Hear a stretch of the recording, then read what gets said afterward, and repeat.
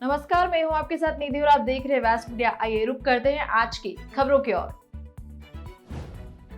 राष्ट्रपति द्रौपदी मुर्मू की ओर से राष्ट्र प्रमुखों को G20 समिट का आमंत्रण भेजा गया है। इसमें प्रेसिडेंट ऑफ इंडिया के बजाय प्रेसिडेंट ऑफ भारत का इस्तेमाल किया गया है।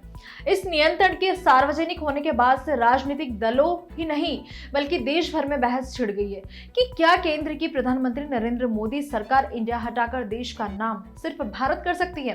बता दें कि कुछ समय पहले ही राष्ट्रीय स्वयंसेवक संघ के प्रमुख मोहन भागवत ने कहा था कि लोगों को इंडिया के बजाय देश को भारत ही कहना चाहिए। वहीं कयास लगाए जा रहे हैं कि सरकार देश का नाम बदलने के लिए संसद में विधेयक ला सकती है। इस बहस, चर्चा और कयासबाजी के बीच जानते हैं कि भारत का नाम आखिर इंडिया कब पड़ा। आखिर भारत के संविधान में इंडिया नाम की कहानी क्या है और इसका पूरा इतिहास क्या है। आपको जानकर आश्चर्य होगा कि देश की आजादी के बाद भारत के संविधान में भारत शब्द ही नहीं था। 4 नवंबर 1948 को मसौदा समिति के अध्यक्ष डॉक्टर भीमराव अंबेडकर ने जो मसौदा पेश किया था उसमें भारत नाम का कहीं भी जिक्र नहीं था। दस्तावेज बताते हैं कि संविधान सभा के सदस्यों के काफी विचार विमर्श के बाद भारत शब्द को मसौदा पेश किए जाने के लगभग 1 साल बाद संविधान के ड्राफ्ट में जोड़ा गया था। चलिए अब समझते हैं पूरी कहानी। 18 सितंबर 1949 को डॉक्टर अंबेडकर ने जब संविधान के ड्राफ्ट को संशोधित किया और आर्टिकल 1 के तहत कहा गया कि इंडिया जो कि भारत है राज्यों का एक संघ होगा। संविधान की पहली लाइन ही संविधान सभा के सदस्य HV कामत को पसंद नहीं आई और उन्होंने इसका विरोध कर दिया। उन्होंने सुझाव दिया कि भारत या फिर अंग्रेजी में लिखा जाए कि इंडिया राज्यों का एक संघ होगा। इस वाक्य के लिए उन्होंने आयरलैंड के संविधान का तर्क भी दिया था। संविधान सभा के सदस्यों के बीच भारत नाम रखे जाने को लेकर जोरदार बहस हुई थी।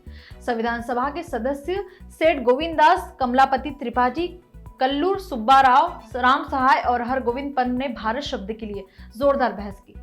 संविधान सभा के एक सदस्य सेठ गोविंद दास ने कहा, इंडिया न ही प्राचीन शब्द है और न ही भारतीय संस्कृति से निकला। उन्होंने आगे कहा था कि इंडिया शब्द वेदों में भी नहीं पाया जाता है। ब्रिटिश के भारत आने के बाद इस शब्द का इस्तेमाल हुआ। सेठ गोविंद दास ने कहा, भारत शब्द यहाँ के वेदों, उपनिषदों, ब्राह्मणों, महाभारत और पुराणों के साथ साथ चीनी यात्री व्यन त्यांग के लेखन में भी पाया गया है। ये शब्द भारत की संस्कृति के बारे में विस्तार से बताता है। इस बहस में तय हुआ कि भारत शब्द किसी भी तरह पिछड़ा शब्द नहीं है बल्कि भारत के इतिहास और संस्कृति के अनुरूप है। दास ने कहा, अगर हम इस मामले में सही फैसले पर नहीं पहुंचते हैं तो इस देश के लोग स्वशासन के महत्व को नहीं समझ पाएंगे। आखिरकार काफी बहस के बाद यह तय हुआ कि भारतीय संस्कृति, भारतीय भाषाओं में लिखित ऐतिहासिक साहित्य, धार्मिक ग्रंथों, लोगों की आस्थाओं, उनके जुड़ाव और भावनाओं का मान रखते हुए भारत शब्द को उसका सम्मान दिया जाएगा। इन सब पहलुओं पर विचार के बाद ही भारत के संविधान की शुरुआत में लिखा गया, India that is Bharat. Vyas media से बने रहने के लिए चैनल को लाइक करें, शेयर करें और सब्सक्राइब करना ना भूलें। नमस्कार।